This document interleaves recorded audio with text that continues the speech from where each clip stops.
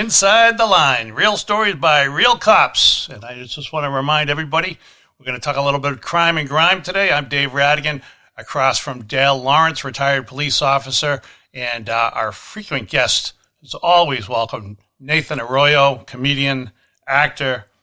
I want to cover a couple of things before we start. InsideTheLine.org is our website. Real stories by real cops at gmail.com is our email address. We're always happy to hear from you. If you like the podcast, please share it. So before we start, just want to give a shout out to Frankie Bravo. Good news. A Massachusetts cop was discharged after he had a heart attack recently, and he's feeling well enough to go home. And Dale, it was a choice. They were going to send Frankie Bravo to. They were either going to discharge him or they were going to transfer him to the flatulence ward. And they discharged him. Well, I'm sure the crime rate's going to go up in whatever community Frankie works at now. I'm sure it's been way up since he left. I'm sure it'll go up even higher when he gets back on the street. He's like Batman. Once Batman left, if Batman ever left Gotham City, who knows what costume criminals would do. You know what I'm saying, Nathan? I have no idea what you're saying. I think you're having a stroke. Anyway, Nathan, here's something, this is perfect for you. Today's episode, today's podcast is called Vice Squad, Guardians of Suburbia. Okay. And it deals with, I know what you're thinking. You're thinking drugs, sex, gambling. That doesn't happen in the suburbs. And if it does, we know one thing. The perpetrators were all from out of town. There you go. And that's a definition of a vice crime, but we got a couple more. We have the cops that shake down fast food restaurants for free food. Is that vice? Yeah. If a cop was doing that, that would be vice. And then that's internal affairs. Then kicking out the unvaxxed in certain communities. That's a vice squad task nowadays. Is that really a vice squad? You're making that up. I'm making it up. You're making that one up. Yeah, they would have a special COVID. They would have a special COVID committee for that. You know what they say a lot of times about vice crimes is that they're victimless, meaning that the people involved in vice activities, like customers for a prostitute, go there willingly. We get BB coming in here. Yeah. It's like, we're paying her. We're going through our pockets. They all went willingly. Looking for whatever we so have. Where's the crime? Same thing with drugs. People buy drugs. So where's the crime? Right. So the only really big one out there. But we know where the crime is. The crime is with the drug gang shooting each other. Yeah, so that's where it is. But a lot of people who are against vice squads will say that. But the one that's really big is like pornography. That's definitely a crime. Because when you talk about pornography, it's usually dealing with underage kids with pictures and stuff like that. That's pornography. Don't act like you don't know what it is. I know what it is. I just think it's gross. But to be a vice squad detective. Hold on. I want to get Nathan back in. All right. You're talking about. I'm right. It's gross. I was gonna say, do not dare besmirch the pornography community. How dare? Kiddie porn is something separate. Okay, that's what we're dealing with. It's completely separate. How dare you besmirch my lifestyle? Yes. Because, it's like of adult on adult pornography, not kiddie porn. That's bad. I'm saying adult on adult, good. I agree with that. Well, I think you can certainly say adult on adult is two consenting adults. Blah blah blah blah. I mean that I get that. I think that makes sense. I think if you're a Buffalo Bills fan and you want to throw a dildo into the end zone after a touchdown by the Patriots, that's your right as an American. Absolutely, why not? You're just going to have to deal with your mother when you get home, and she says, "What did you do to my toys?" I don't know if you saw this. We're going to have to talk about this at another date because I got to look into this study. But there was a story that I guess got pulled off the website of USA Today about a study on pedophilia that says being a pedophile is not bad. It's just acting on the impulse that's bad. I got to read it to see what it says because it makes my skin crawl. Well, it all depends who wrote the article. Did a pedophile write the article? Right? I mean, did someone who's pro-pedophilia write it?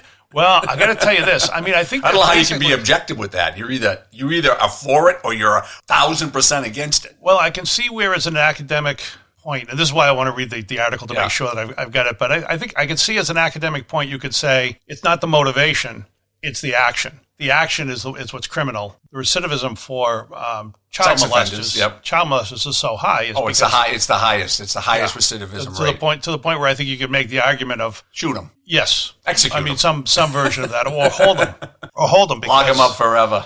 Yeah, I mean, it goes against the system, but makes my skin crawl. But that's for another day. Let's go back to Vice, because this is what Nathan came here for. Absolutely, he was not going to show up for just any podcast episode. So we're gonna Can I introduce an old Vice Squad guy from years ago in the room? No, Starsky and Hutch. That's before most people's time, but there was a guy named Huggy Bear, and I'm going to play a little clip about Huggy Bear. The type of people as a Vice Squad detective that you're going to have to deal with on a daily basis are this guy and his personality by the name of Huggy Bear. So just listen up to this type of guy.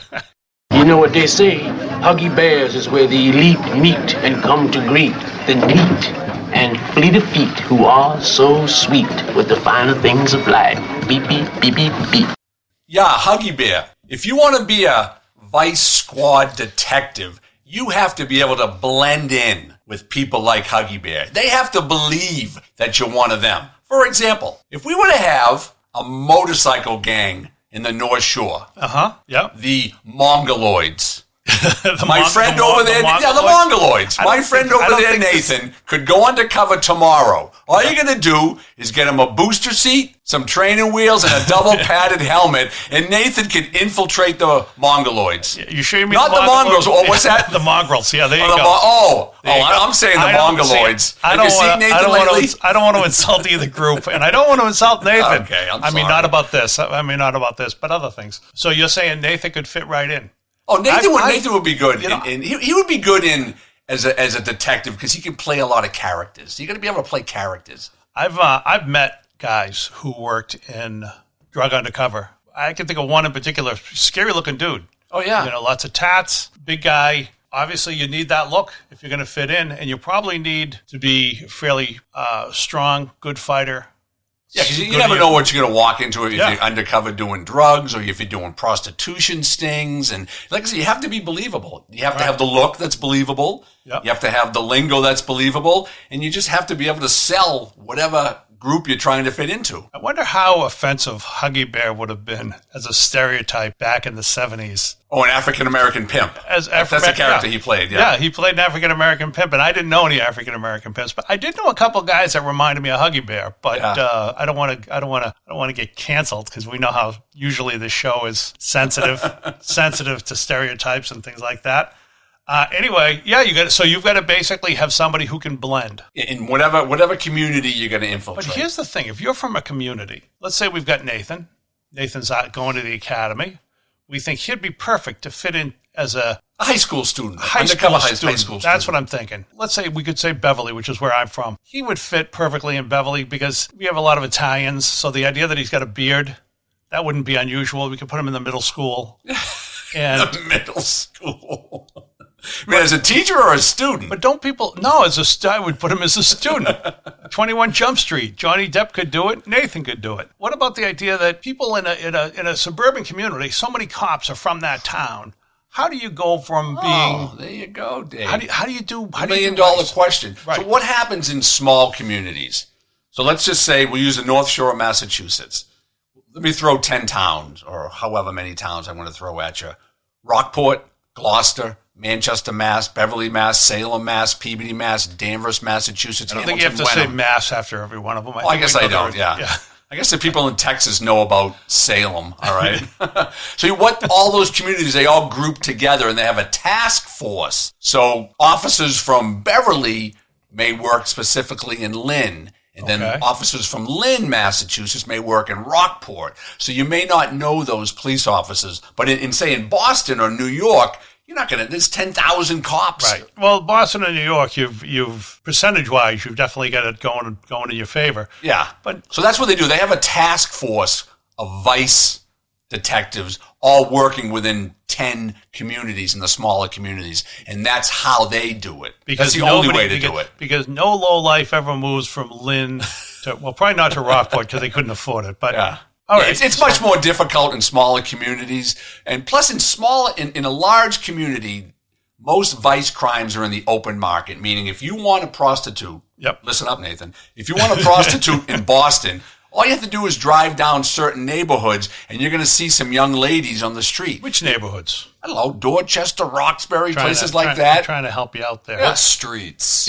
I don't know, Intervale. What times? Be specific. Probably any time after dark. Open market. You want drugs in those communities? There'll be kids, there'll be people hanging around corners, and you know they're drug dealers. But in small urban, suburban communities, who buys drugs off the street anymore? People will buy heroin and coke. You may not buy it necessarily off the street, but you're going to walk up to a car and in a parking lot or something like that. It's going to be on the street, somewhere on the street. Really? Except smaller suburban communities where they might deliver it to your house, or if there's a prostitute, you're going to get her on Craigslist. Right. But that's the thing. They're going to come to your house. Don't most of those transactions now take place between people that either you know or an arrangement that's set up with somebody that you can reach back to? So in other words, if they come in, and meet a middleman, there'll be a middleman working. But there'll be a middleman that you can contact, like a friend who'll get you drugs. I guess. That's very well. That's how you do it in suburbia. Okay. But on the streets of Boston, on the streets of New York, on the streets of Miami, you just roll down that street and people are going to approach you. You want some heroin, you want some coke, you want a girl for the night. Right. It's a little different. All right, you're the expert. I wouldn't say I'm an expert, but I'd say he's an expert. Nathan, what do you think? Oh, I'd say he's an expert. Yeah. So let me ask you this, and this one thing you said about going undercover and blending in. We don't have a lot of people undercover on let's say in the suburbs, do we? There's a lot of drug detectives that work in the suburbia. Absolutely. How long do they work? Like a year? I've known some who've worked 3 or 4 or 5 years, but yeah, absolutely your face can become noticeable amongst that community, and they may start to question you at some point. Right. So I remember when I first came on the police department 30 years ago, I was in court, and an older officer said to me, "See, look at that guy over there? He looked like a homeless vagabond, and he was sitting in the corner." He was an undercover state police lieutenant who worked the Boston, Massachusetts area, and he was out on the street as though if you ever wanted to get drugs, you'd go to him.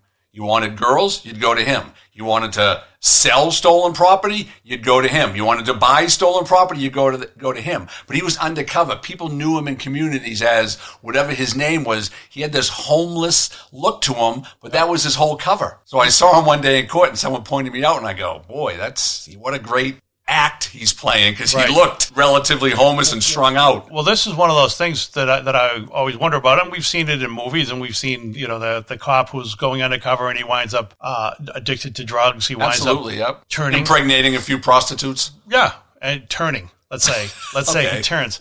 But how do you go back to your wife in the suburbs, or do you go back to your wife in the suburbs in the picket fence and all that? It's a difficult job, and in my years in law enforcement, there's only been a few officers that I've known that could pull it off. Most guys can't pull off the undercover drug. So they it's very difficult to do. So they go in to try to get a, let's say, adopted into a gang, adopted into a scene, and then they can't. It's just not believable. Because they're wearing shoes. They're wearing black shoes. They're wearing a pair of nice sneakers, like they have money, or they're clean cut, or they're very physically fit, or something like that. They don't look like they're strung out. When you're a drug user, you're not really supposed to look that healthy. Yeah. So usually an officer wouldn't even be picked for that at the level where they're going to try to get someone into it. Yeah. They're going to screen them prior to that, because you're not going to put someone in who's going to blow the cover right off the bat. Right. So I really only know 2 officers that I've known in my life as a cop that were able to infiltrate that community effectively. I know somebody who went on an audition to be a heroin addict for for a TV show or something, but he didn't get it, and they said he didn't get it because they thought he looked too sickly. He looked too sickly to be a heroin addict. Anyway, so you basically find somebody who you think will fit the mold. Well, typical. I'm trying to think of any young cop that I can think of, because we've got an academy at the school. All of those guys are in really good shape. I mean, they're cops look like cops. Yeah. You can look at a cop. You can look at someone who's in the military. Just the way they talk, their posture, their look, their physique, their hairstyle. They look like a fucking narc. Pretty much. Or a white supremacist. Yeah, there you go.